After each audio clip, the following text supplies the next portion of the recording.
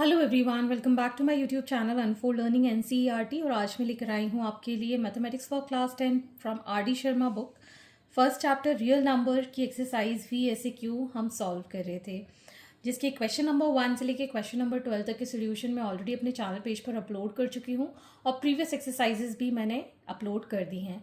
अगर आपने मिस कर दिया है तो please do have a look in the description box of this video, जहाँ पर आपको प्लेलिस्ट बनाकर सारे सोल्यूशंस प्रोवाइडेड हैं। और अगर आप मेरे चैनल पे फर्स्ट टाइम आए हैं तो please do subscribe my channel. और अगर आपको कंटेंट थोड़ा सा भी पसंद आ रहा हो, अच्छा लग रहा हो, यूज़फुल लग रहा हो, so do let me know in the comment section कि आप मेरा ये वीडियो इंडिया के किस पार्ट से देख रहे हैं। So, starting with question number 13, write whether 2 root 45 plus 3 root 20 on simplification gives a rational or an irrational number. तो जैसे कि आप देख सकते हैं 45 और रूट 20 को हम सॉल्व कर सकते हैं। देखिए रूट 45 को हम कैसे लिख सकते हैं। 45 के फैक्टर्स क्या होंगे? 3 × 3 × 5, 3 3 9, 9 5 45। ये तो रूट के बाहर आ जाएगा 3, क्या बचेगा 3/5। सिमिलरली रूट 20 को हम लिख सकते हैं एज 2 × 2 × 5। यहाँ से हम 2 बाहर लिख सकते हैं और ये हो जाएगा 2√5। अब ये वैल्यूज़ हम यहाँ लिखेंगे। सो 2 × 45 को 3√5 हम लिख रहे हैं और 20 को हम लिख रहे हैं 2√5, ठीक, divided by 2√5। So this will give 6/5 plus 6/5 by 2√5, ठीक है। ये ऐड कर सकते हैं तो ये हो गया 12/5 बाय 2/5। √5 से ये √5 कैंसिल, 2 6 12, तो ये आ गया हमारे पास 6 and 6 is a rational number. तो आप लिख सकते हैं that therefore it is a rational number, ठीक है। Next is question number 14, what is the HCF of smallest composite number and smallest prime number. तो आपको पहले स्मॉलेस्ट कंपोजिट नंबर निकालना है और स्मॉलेस्ट प्राइम नंबर निकालना है। अगर हम नंबर लिखें 1 2 3 4 5, तो 1 तो ना तो कंपोजिट है और ना ही प्राइम है, ना तो ये कंपोजिट है और ना ही ये प्राइम नंबर है। तो पहला स्मॉलेस्ट प्राइम नंबर कितना हो गया? 2। तो आप यहाँ लिख सकते हैं स्मॉलेस्ट प्राइम नंबर इज 2। 3 भी प्राइम नंबर है लेकिन स्मॉलेस्ट नहीं है। पहला कंपोजिट नंबर है 4, ठीक है। स्मॉलेस्ट कंपोजिट नंबर है 4, जिसके फैक्टर्स 2 × 2 हम लिख सकते हैं। तो आप यहाँ लिखेंगे स्मॉलेस्ट कंपोजिट नंबर इज 4, जिसको हम लिख रहे हैं 2 × 2, ठीक है। तो हाईएस्ट कॉमन फैक्टर हम कैसे निकालते हैं?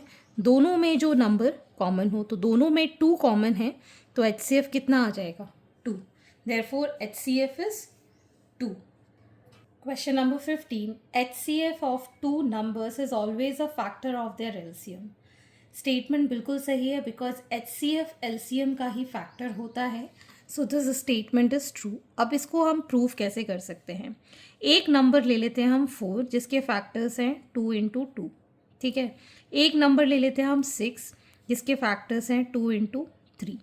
अगर हम HCF फाइंड करें तो इन दोनों में कॉमन नंबर क्या है? 2। तो HCF कितना हो गया? 2। लेकिन अब हम LCM जब निकालेंगे तो HCF को तो हमें लेना ही लेना पड़ेगा और बाकी के नंबर्स भी लेने पड़ेंगे। तो ये वाला जो 2 है जो कि कॉमन है दोनों के अंदर, वो हमने LCM में भी लिया है। तो HCF of 2 number is always a factor of LCM। LCM के अंदर HCF हम मेंशन करते ही करते हैं। So the statement is true. Question number 16, express 429 as a product of its prime factors. ये जो कि CBSE 2019 में आ चुका है। तो पहले हम 429 के फैक्टर्स लिख लेते हैं।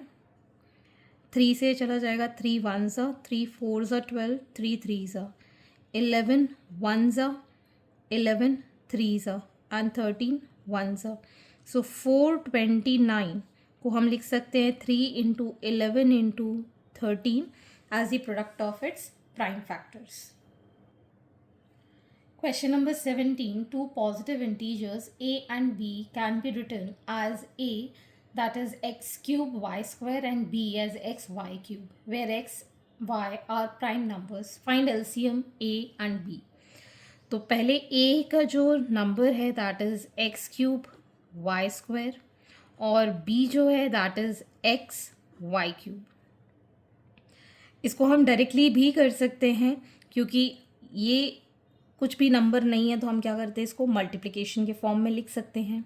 और एलसीएम के लिए हम लोएस्ट पावर देखते हैं, ठीक है ना. तो एलसीएम हम सीधे सीधे अगर लिखना चाहें तो इसमें लोएस्ट पावर x है, ठीक है, और यहाँ पर हमारे पास हाईएस्ट पावर क्यूब है. तो एलसीएम में हम हाईएस्ट लेते हैं, एचसीएफ में हम लोएस्ट लेते हैं.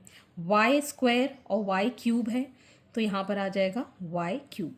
तो x cube y cube is the LCM. अब इसको दूसरे मेथड से अगर हम करें तो x into x into x into y इस तरीके से लिख सकते हैं. X into y into y, ठीक है. तो पहले हम निकालेंगे एचसीएफ कॉमन इसमें. एक तो ये है, एक ये वाला y है और एक ये वाला y है, मतलब x y square is the HCF. और अगर हम इसमें एलसीएम देखें तो एक्स वाई स्क्वायर तो है ही, इसके अलावा जो हैं वैल्यूज़, एक तो ऊपर वाले में 2x और नीचे वाले में एक y, पूरा कंबाइन करेंगे तो x क्यूब हो जाएगा, 1 2 3, और y की पावर 2 और 1 हो जाएगा y क्यूब. आप चाहें तो डायरेक्टली भी लिख सकते हैं, जैसे कि मैंने बताया है. एलसीएम में हाईएस्ट पावर देखते हैं और एचसीएफ में लोएस्ट पावर देखते हैं. ओके, तो या फिर इस तरीके के मेथड से भी आप इसमें एलसीएम फाइंड कर सकते हैं. Question number 18. If HCF of 336 54 is 6 and LCM आपको फाइंड करना है, तो हमें पता है formula LCM into HCF is equal to product of two numbers A and B. LCM हमको फाइंड करना है, एचसीएफ हमको 6 गिवन है, 336 multiplied by 54. So LCM is equal to 336 multiplied by 54 divided by 6. 9 6 54 होता है, 9 से मल्टीप्लाई कर देंगे, 9 6 54, 4 5 9 3 27 और 5 9 3 27 और 3. सो ये हो गया 3024, which is the LCM of these two numbers. Question number 19. Show that 5 into 11 into 17 plus 3 into 11 is a composite number. तो हम यहाँ पर 5 into 11 into 17 plus 3 into 11, इसमें हम 11 छोड़ के इन दोनों को अगर मल्टीप्लाई कर दें तो ये आ जाएगा 85 into 11 plus 3 into 11. 11 कॉमन ले लें तो 85 प्लस 3 हो जाएगा, जिसको हम लिख पाएंगे 11 इंटू, इसको ऐड किया 88. सो 11 इंटू 11 इंटू 8. 8 के भी हम फैक्टर्स कर सकते हैं, 11 इंटू 11 इंटू 2 इंटू 2 इंटू 2. तो अब हमारे पास इतने सारे फैक्टर्स हो गए, और फैक्टर्स किस में पॉसिबल होते हैं, कंपोजिट नंबर्स में, ठीक है. तो आप लिख सकते हैं therefore 2 and 11 are factors, so it is composite number.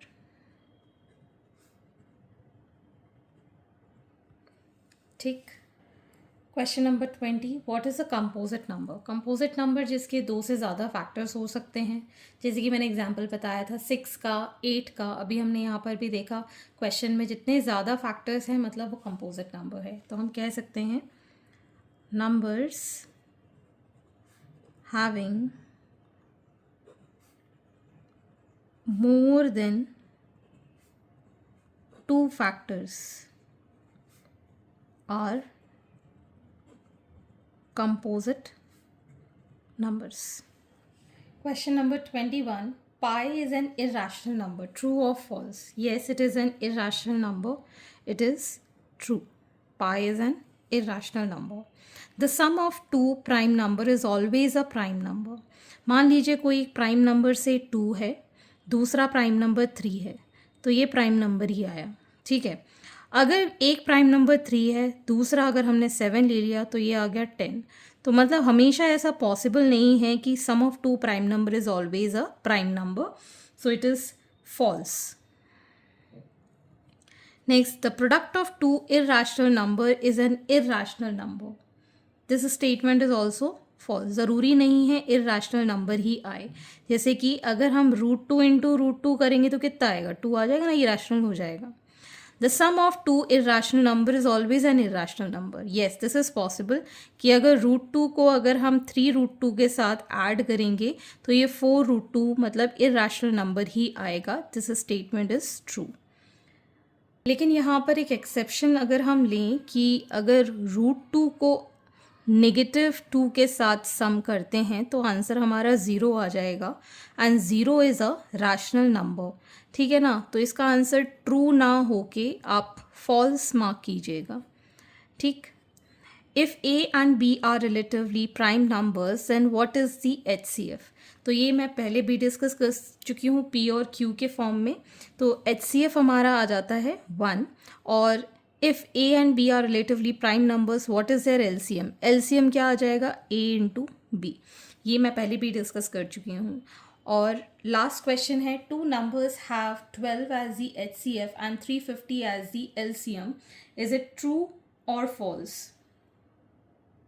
तो इस टाइप के क्वेश्चन के लिए हम बहुत ही सिंपल तरीका अपनाएंगे कि 350 को डिवाइड कर देंगे 12 के साथ. अगर ये कम्प्लीटली डिविजिबल है, ठीक है, तो ये इसका फैक्टर हो सकता है, otherwise this statement is wrong. Divide करके देख लेते हैं. 2 6 12, 2 1 2 7 5, ठीक. अब ये फर्दर डिविजिबल नहीं है, मतलब द स्टेटमेंट इज़ फॉल्स, ठीक है. This is not the common factor for LCM. So hence this completes your exercise and I hope आपको मेरे सोल्यूशन वीडियो ज़रूर पसंद आ रहे होंगे. अगर आपको कोई भी डाउट या क्वेरी है तो आप मेरे चैनल के कमेंट सेक्शन में कमेंट करके या फिर आप मुझे सर्च कर सकते हैं on Telegram by the name unfold learning NCERT, जहाँ पर आप अपने डाउट्स क्लियर कर पाएंगे. At last please do share my videos with your family and friends and don't forget to subscribe my channel. Thank you for watching.